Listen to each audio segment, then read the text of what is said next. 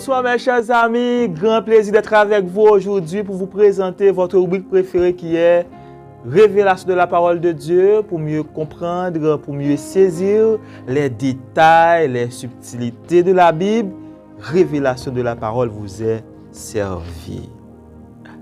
Aujourd'hui, nous allons porter notre réflexion dans le livre d'Ésaïe 59, versets 1er et 2.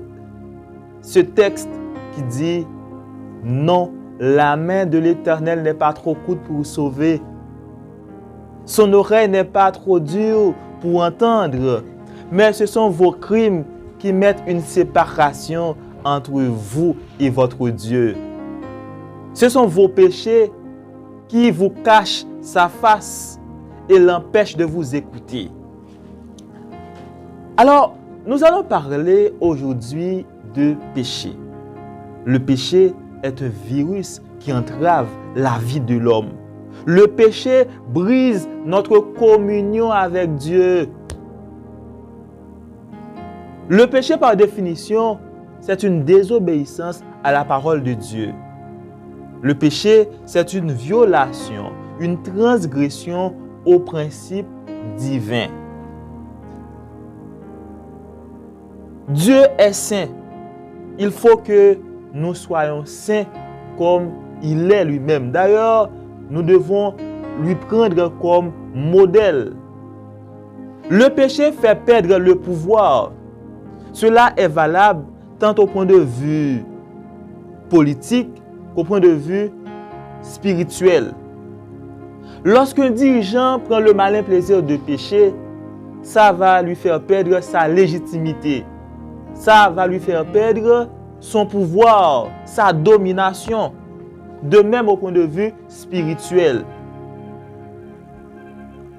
Pour illustrer cette idée, on peut se référer à Adam dans le jardin d'Éden. Dieu lui avait donné le pouvoir d'assujettir la terre, de dominer. Dieu lui avait simplement interdit de manger l'arbre qui est au milieu du jardin, l'arbre de la connaissance du bien et du mal. Adam et Ève étaient forts autant qu'ils respectaient ce principe de Dieu, ne pas manger l'arbre défendu, l'arbre au milieu du jardin. Mais après avoir mangé cet arbre, le fruit de cet arbre, eh bien, tout a changé. Adam a perdu ce pouvoir. Il y a une catégorie de péchés que Dieu prend très au sérieux, mes chers amis. Il ne faut pas jouer avec ça. Il y a le péché sexuel, il y a la magie. On peut faire un coup d'œil dans l'Ancien Testament. Joseph, Dieu lui avait fait de grandes promesses, promesses d'élévation, de grandeur. Joseph devait mener une vie de sainteté. Il y a beaucoup de personnes qui ont échoué dans la vie parce qu'ils n'ont pas respecté ce principe. Avant toute élévation divine, il va y avoir un test, une épreuve du péché sexuel. Très souvent, Dieu passe ce test aux gens qu'il veut élever. Il faut être très prudent pour ne pas perdre son élévation pour simplement quelques minutes de plaisir. Mes chers amis, il faut être très prudent. Si Joseph avait accepté d'aller coucher avec Madame Potiphar, eh bien, la vie de Joseph serait comme une lettre à la poste. Sa vie aurait été inconnue à nous aujourd'hui. On peut voir Samson, par exemple.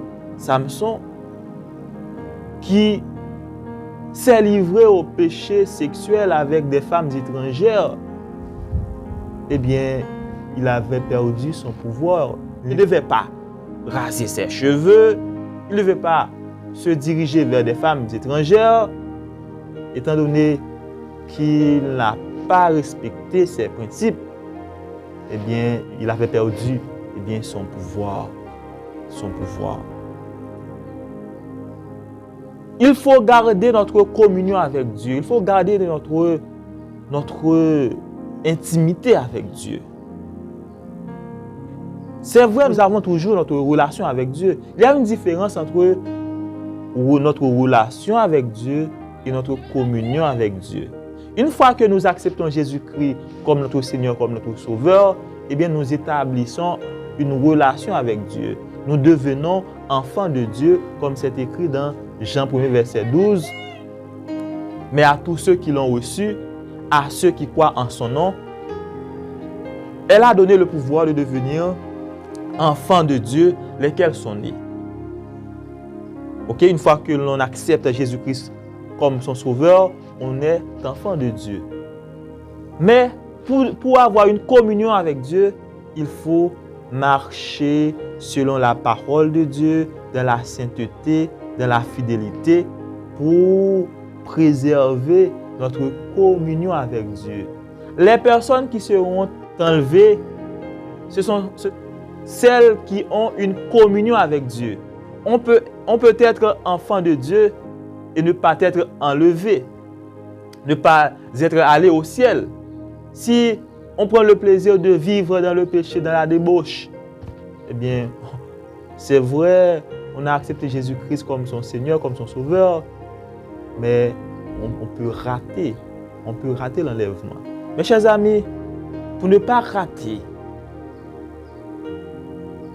l'enlèvement de l'Église, pour ne pas rater sa destinée sur cette terre, vivons dans la sainteté. Il faut mener une vie de sanctification. Comme ça, eh bien, on sera amis de Dieu comme Abraham, comme Daniel, comme apôtre Paul, pour ne citer que cela.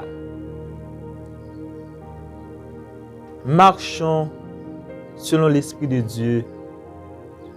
Il ne faut pas accomplir les désirs de la chair.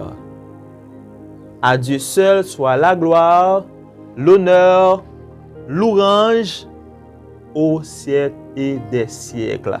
Amen. Pour plus de vidéos, n'oubliez pas d'abonner, liker, partager et surtout commenter.